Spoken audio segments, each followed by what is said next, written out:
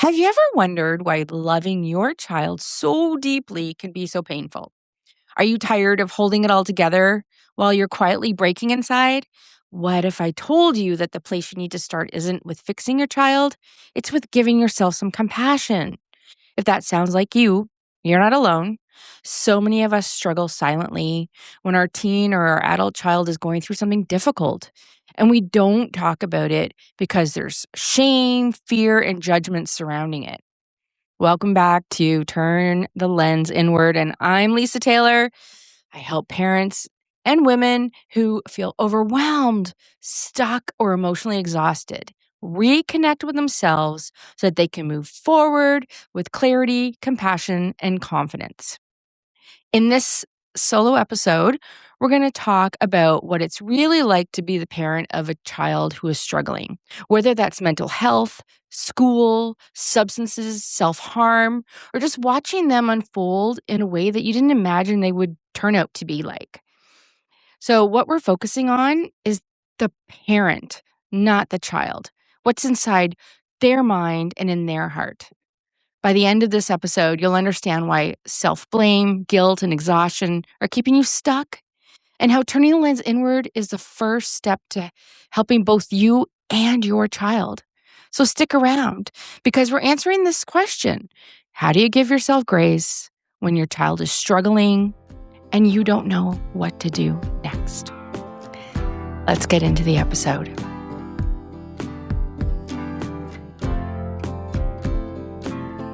Welcome back to Turn the Lens Inward. I'm Lisa Taylor, and we are ready for our second episode. And today, I really wanted to talk to you as if I was talking to a friend, giving a friend advice who's going through something difficult with their adult or teen child.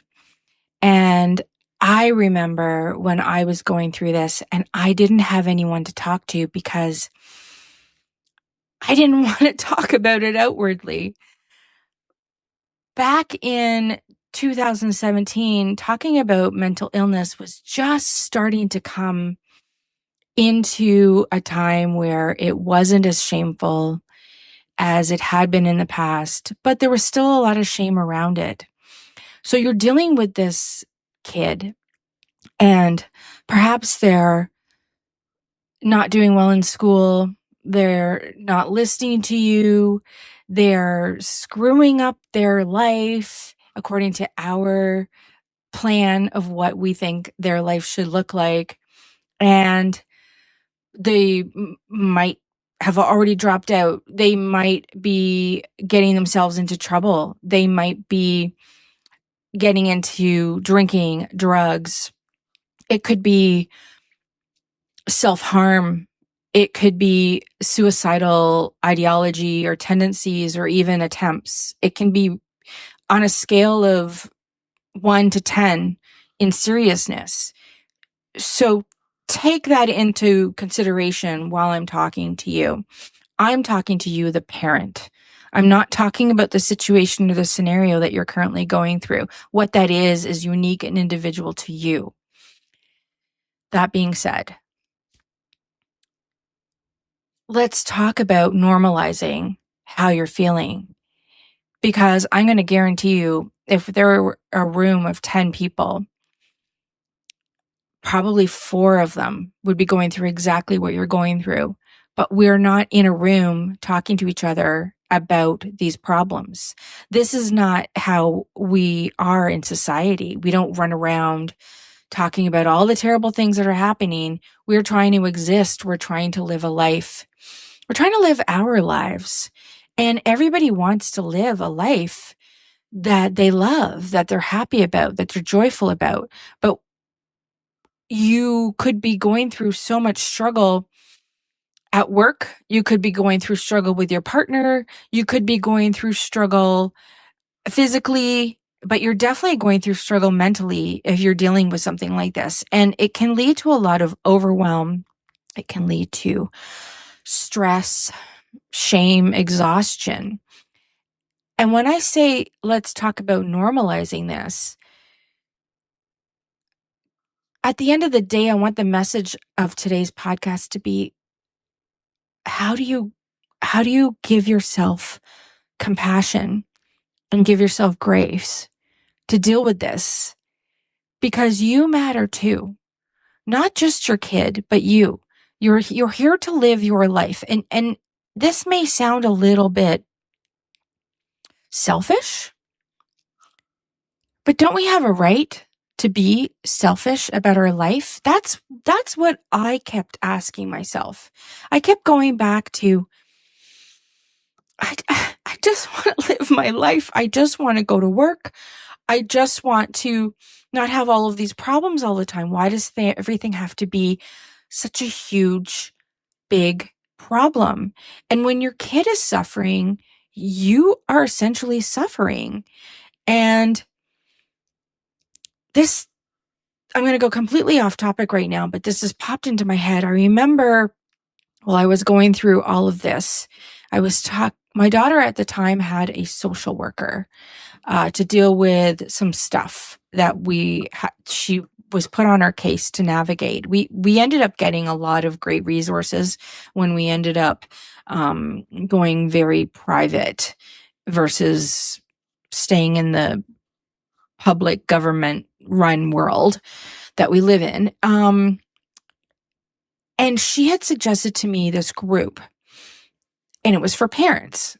And at the time, I thought, yes, I need this. I am 100% going to go down this road. And it was the time around COVID and being on Zooms and recordings and meetings online and that sort of thing. So I participated in a couple of their meetings.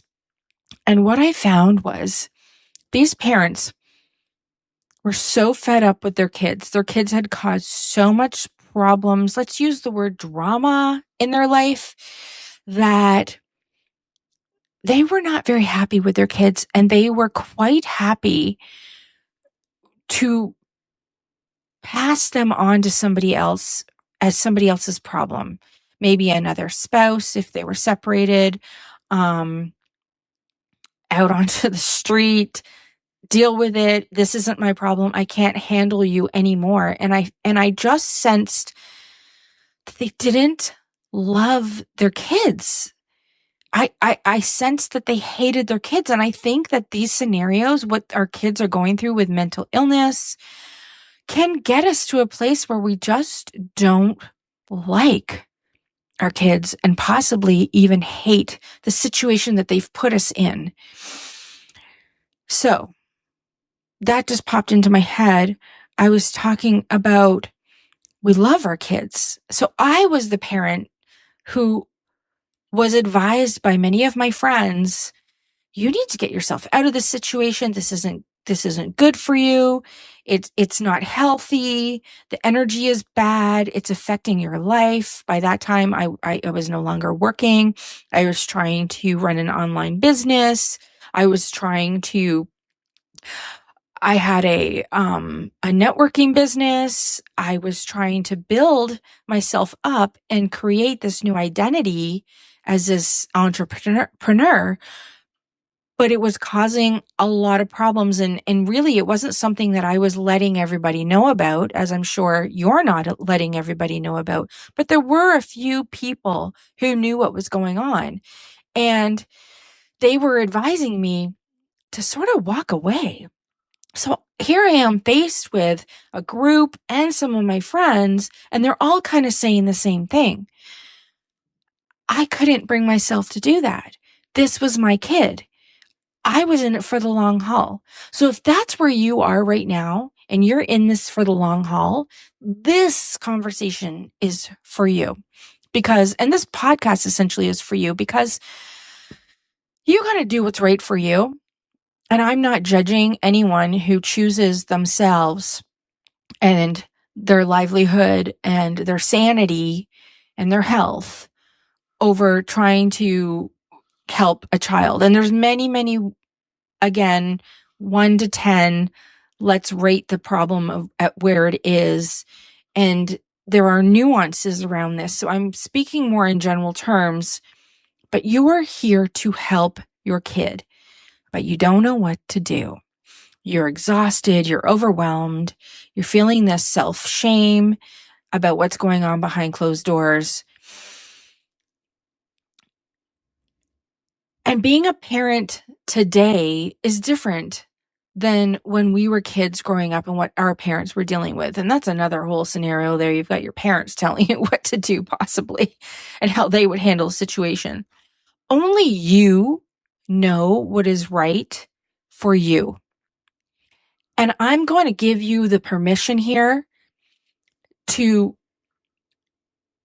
talk to yourself in a way that you're going to feel confident about the decisions that you're going to be making in the future.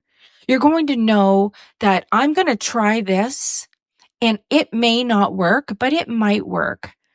So I'm going to give myself the permission to allow change to happen.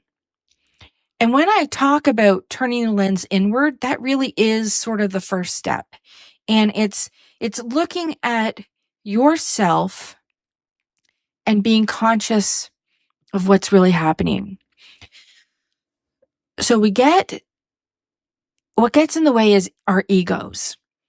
And this is one of the major things that a parent has to overcome when they're dealing with situations of kids in crises, kids not doing well. We have to actually determine what is the current situation. And I think that we tend to deflate the actuality of it. We tend to make it less important than it actually is.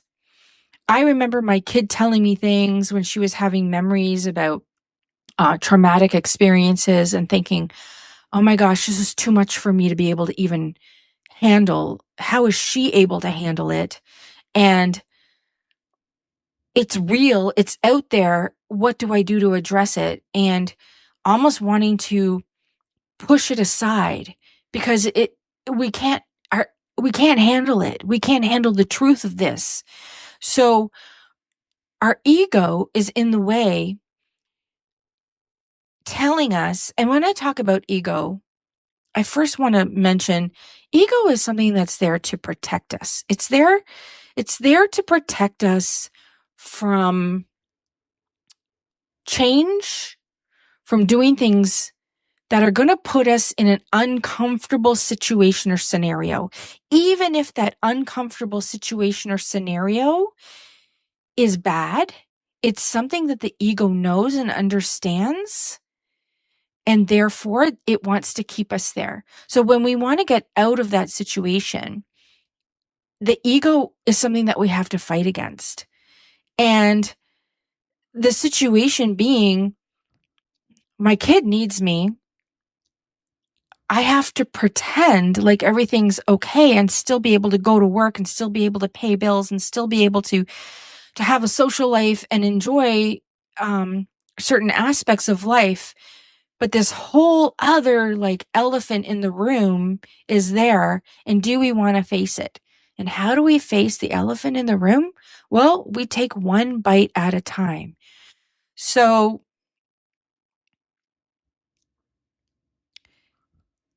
there may be some guilt around what's happening. So your kids are in crisis, your kids are not doing well, they're not performing at the level that you want them to. There may be some guilt because you may feel like you're part of the problem. You've yelled at them, you've been too hard on them, you haven't been hard enough on them, whatever the case, whatever the situation. I just want to reassure you that you didn't do anything wrong. I know you've done the best that you could with each situation as it came to you, as I did. Was I hard on my kid? Yeah. Did I have high expectations for her? Yes. Both her father and I did. And it's basically because she showed us what she was capable of. And what do we do in society? Well, we want to raise our kids to be have amazing lives. And we get all of these these visions of, oh, maybe they're going to be a doctor, or maybe they're going to be this athlete, or maybe they're going to be this or this or that. At the end of the day, we're trying to support our kids having a better life than us, right? But they're not.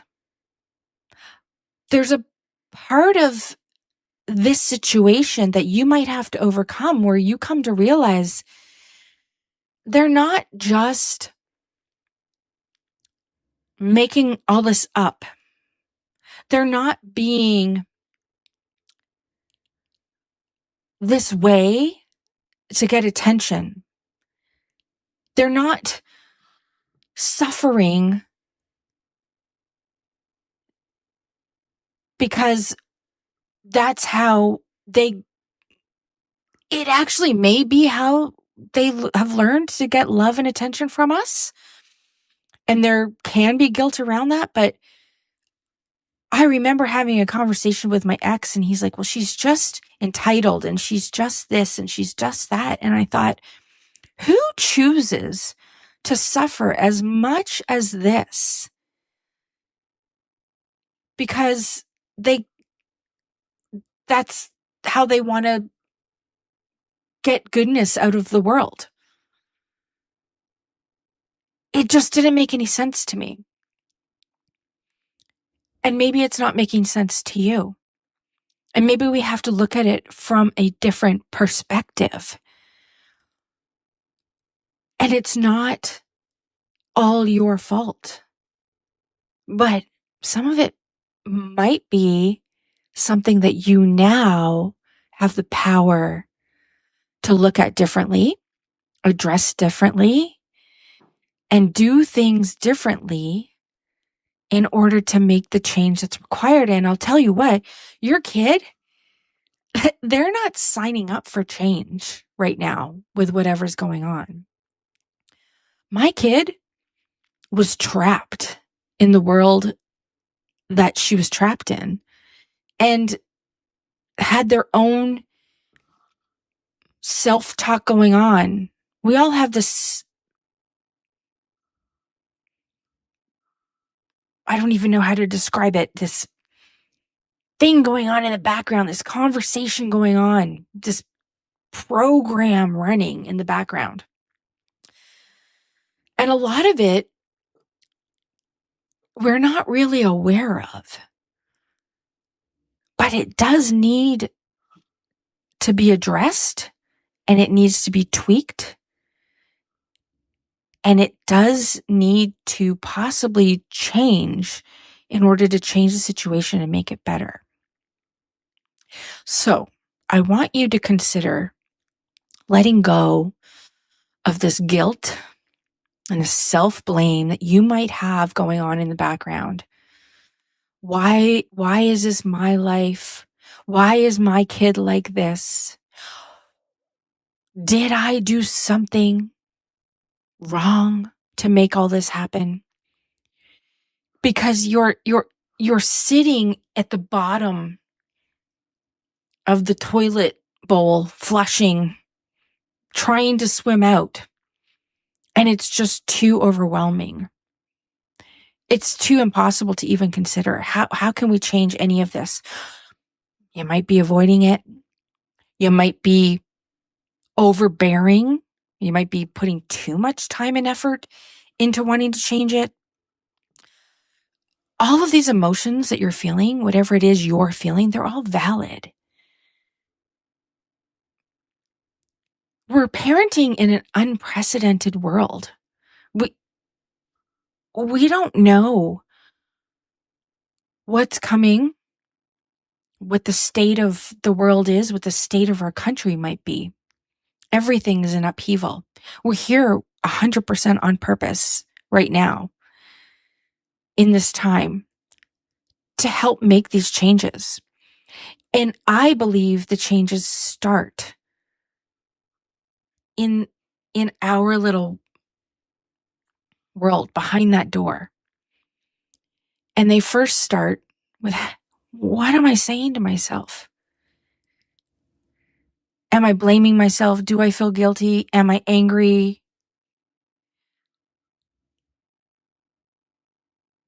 And if you are, how do we change this narrative?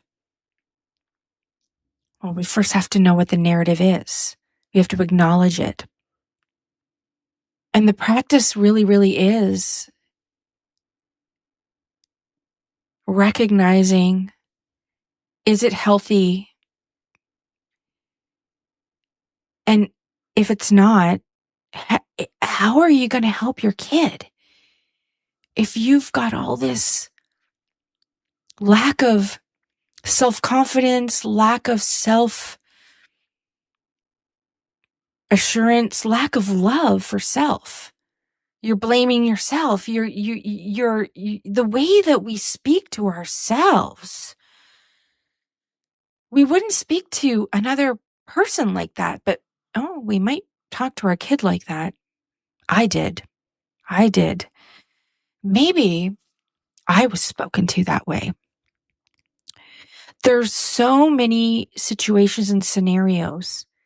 So really, really what I want you to come to terms with is what is that programming going on in the background? And I need to recognize I'm not a bad person. I'm a good person. I've done the best that I can. But now I need to step up to the plate and maybe do better. My kid needs me.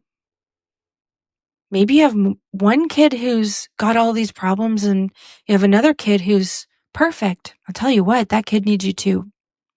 Your partner needs you. Your job needs you. Your life needs you. And you're worth it. And your kids are worth it. And your partners are worth it. And your job is worth it. And your dreams are worth it. And everything. You're a deserving individual. So I really ask you to take a look at what's going on in that little brain of yours, or big brain of yours. I shouldn't say little. And I want you to have compassion for yourself. Maybe start writing things down. Start recognizing, oh, wow, this is what's playing on repeat, and I couldn't even hear it. Start to hear it. Start to pay attention.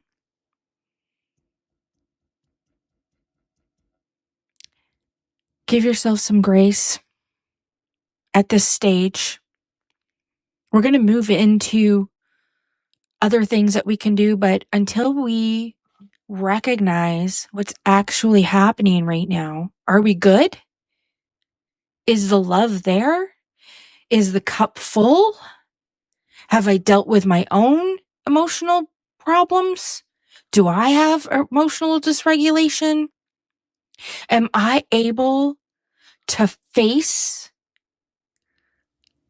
what's really going on with my kid and help them?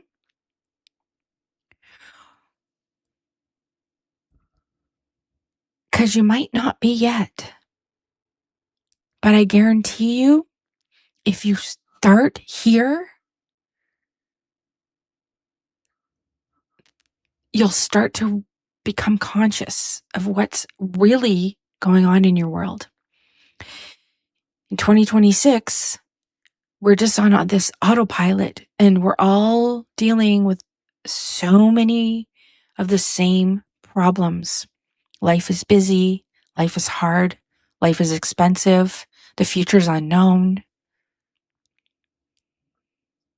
And that in itself is enough to send anybody spiraling. But you add a poor relationship with your kid, or your kid's in crisis, you don't know where to turn, start here.